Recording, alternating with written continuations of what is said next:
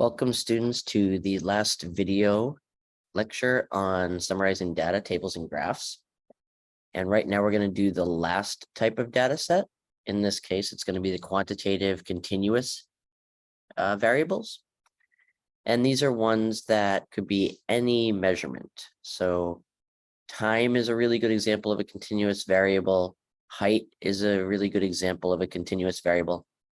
Rates are a good example because all of these can have values in between. So they're not necessarily going to be whole numbers this time. We're going to start dealing with a lot of decimal values. So let's begin.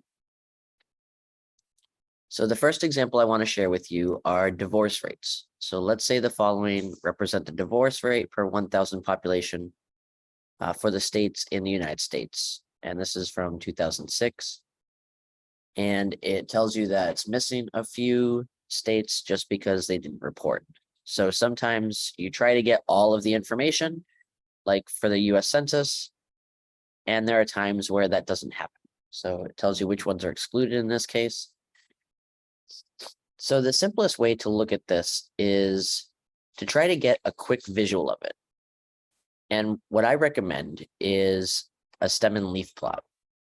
Now, in this case, the rightmost value is actually the decimal value. So again, the leaf is the last digit. So in this case, it'll be the 10th place.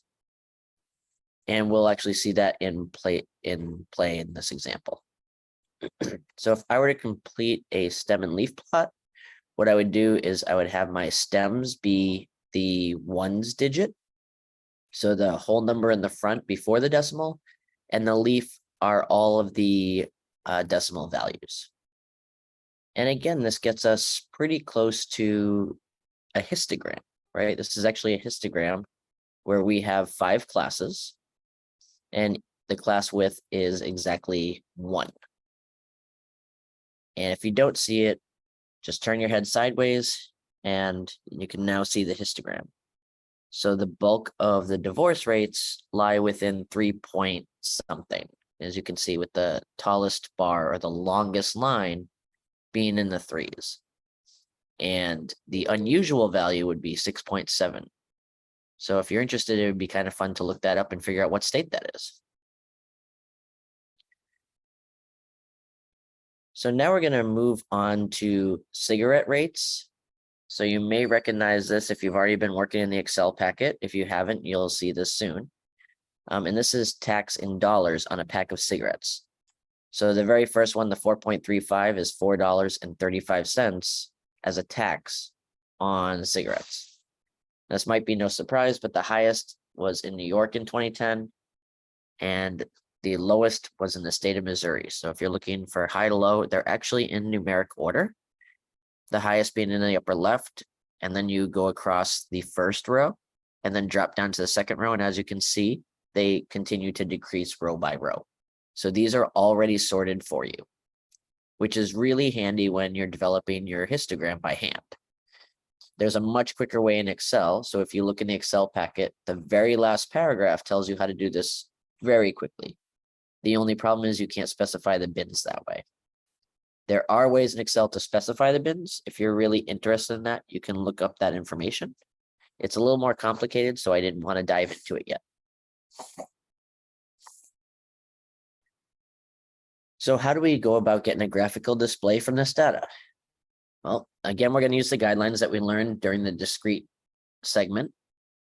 In that video, we learned that we need to figure out the smallest and largest values.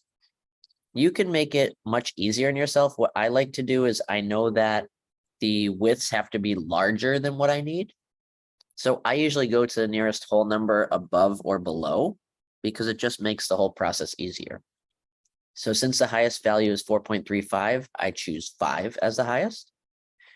And since the lowest is 0.17, I pick 0 as the lowest point. And then that makes it a little bit easier because now this calculation will be a lot simpler to do in terms of subtraction.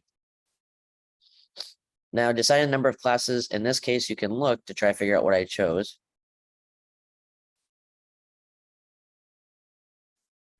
So if you look, you know that's 10 classes because each of these bins represents a class and there are 10 of those spaces. Remember the arrows from the last lesson. Again, the class width is equal to the largest minus the smallest, so that span with the number of classes that we want. So now the next step is just counting how many of these data points fall within each of these classes. And again, the class width, sorry, is 0.5 if you do the mathematics here. So it's 0.5, 1, 1.52, 2.53, 3.54, 4.55 as we go from tick mark to tick mark on the number line. So those are going to be our bins. So what does that mean? That means from 0 to just before 0.5. Remember the end point and the starting point of the next line should be different. But if they're the same, if it went 0 to 0.5 and then 0.5 to 1, the left value is where you would count that value. So anything with a 0.5 would go in the second row. So how did I get these totals? If you look for 0 to 0.499, we have at the bottom the lowest values. So let's count how many we have. So we have the 0.17, the 0.30, 0.36, 0.37, 0.425, 0.44, 0.5. So all of those together, there's 7 of those that I just stated, are the 7 frequency that's listed in that first row. So you can count all the other ones and put them in their appropriate bin. View them like a sorting, right? You just put all of those data points into there and then you see how many you have. The graphing part is pretty straightforward at this point. You have your number line that we already set up. Remember I said 0 to 0.5 to 1 to 1.5, etc. So those are along the bottom horizontal axis.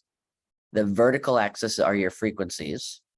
And apologies, this should be labeled. So good graphs always have labels. And this is the tax rate for cigarettes in dollars across all the states that reported their values.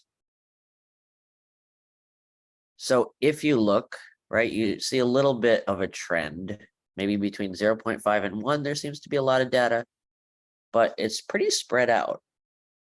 So when I see that, I try a different set of classes, right? I create a new histogram to see if I can figure out what the trend is.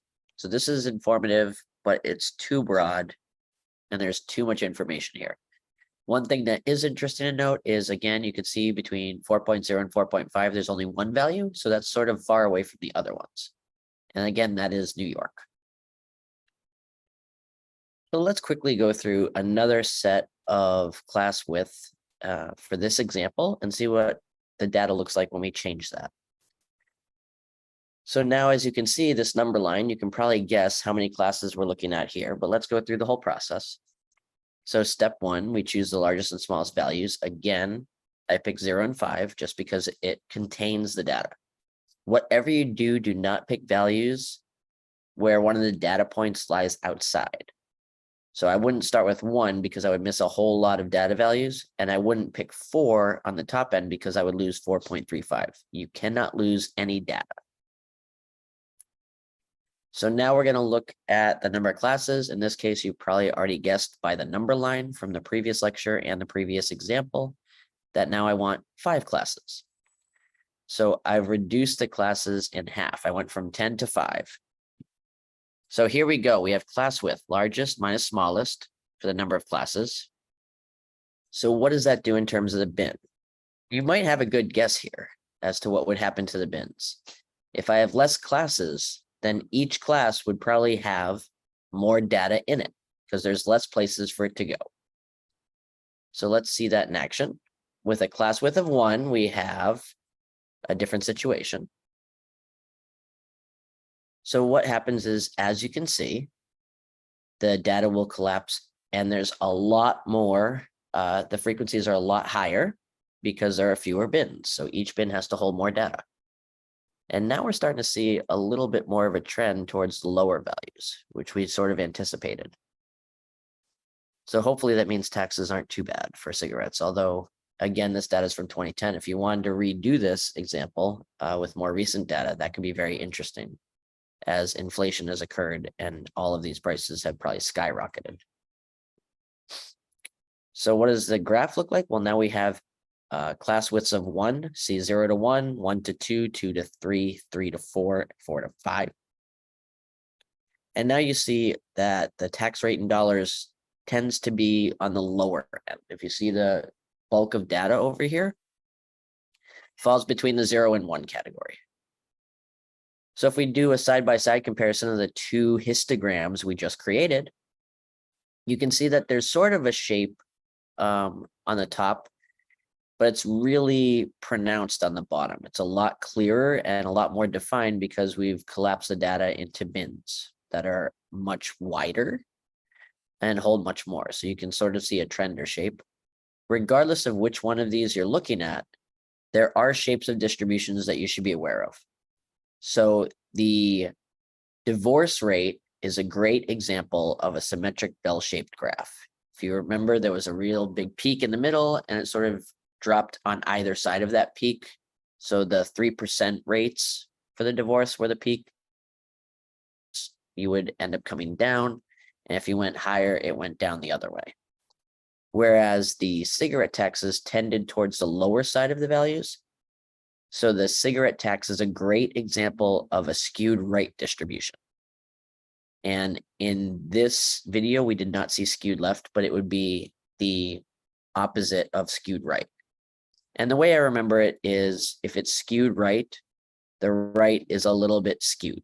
So it looks like something happened to somebody stepped on the right side, and that's what made the graph change from bell shape to skewed right. But on the plus side, you can always refer to your notes if you don't remember which one it is. And it's really handy to know what the shape of the distribution is, because in the future, we really want bell-shaped.